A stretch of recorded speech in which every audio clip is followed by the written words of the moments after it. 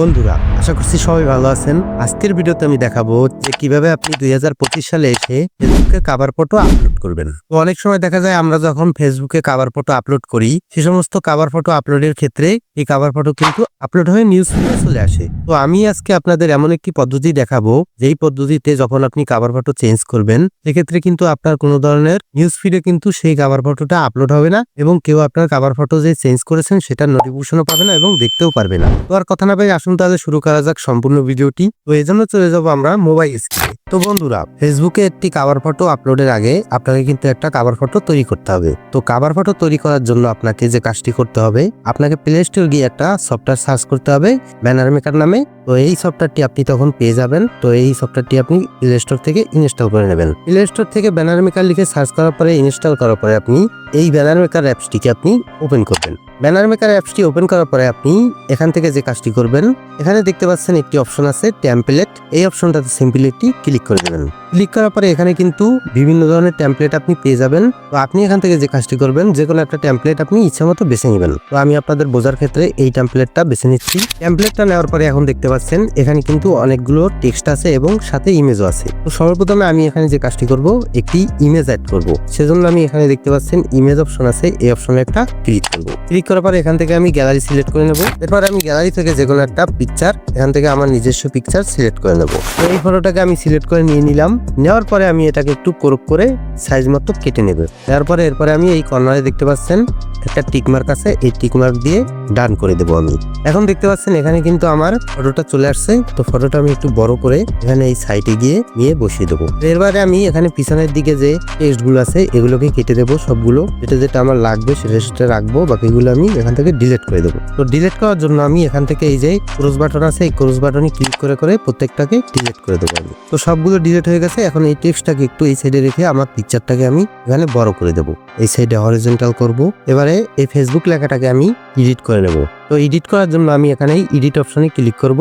এরপর আমি এখানে লিখে দেবো ভিজিট আওয়ার প্রোফাইল। তো এটা লেখার পরে আমি ডান করে দেবো। এবার আমি এটাকে একটু বড় করে সাইজটাকে এখানে বসিয়ে দেবো। তো আর কিছু করব না, এখন এটাকে আমি সেভ করে নেব। তো সেভ করার জন্য এখানে দেখতে পাচ্ছেন উপরের দিকে এই বাটন আছে, এই বাটনে ক্লিক করে আমি এখানে এটাকে সেভ করে নেব। সেজন্য এখানে সেভ ইমেজ পিএনজি এই অপশনে ক্লিক করব।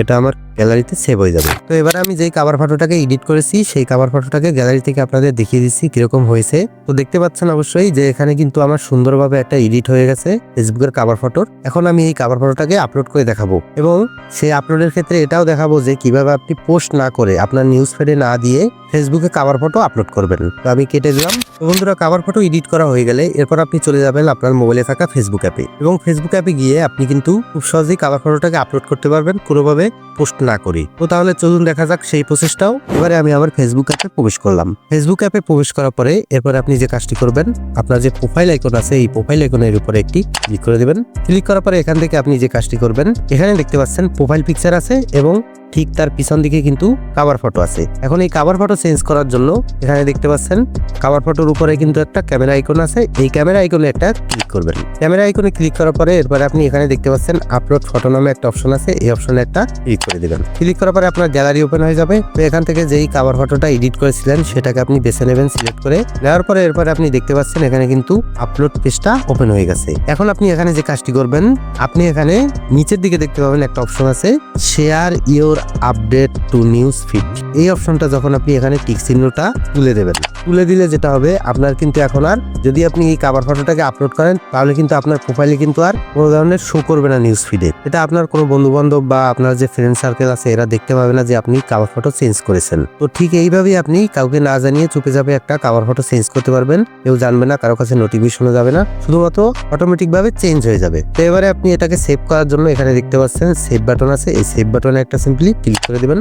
ক্লিক করার পরে দেখতে পাবেন একটু পরেই একটু স্ক্রল করলে যে আপনার এখানে কিন্তু কভার ফটোটা সুন্দরভাবে চেঞ্জ হয়ে গেছে। চেঞ্জ হওয়ার পরে এরপরে আপনি একটু স্ক্রল করে নিচের দিকে যদি আসেন দেখতে পাবেন নিউজ ফিডে কিন্তু এই কভার ফটোটা কোথাও নেই, আমার এখানেও কিন্তু নেই, আপনি দেখতে পেলেন।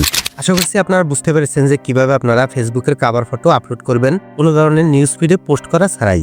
তো ভিডিওটি ভালো লাগে থাকলে অবশ্যই লাইক কমেন্ট শেয়ার করবেন এবং আরো নিত্য নতুন tips and tricks tutorial video পেতে অবশ্যই এসএল টেকনোলজি ইউটিউব চ্যানেলটি সাবস্ক্রাইব করে বেল আইকনে হিট করবেন। আজকের মতো আমি সৌরভ এখানেই বিদায় নিচ্ছি। সবাই ভালো থাকবেন, সুস্থ থাকবেন, বাই।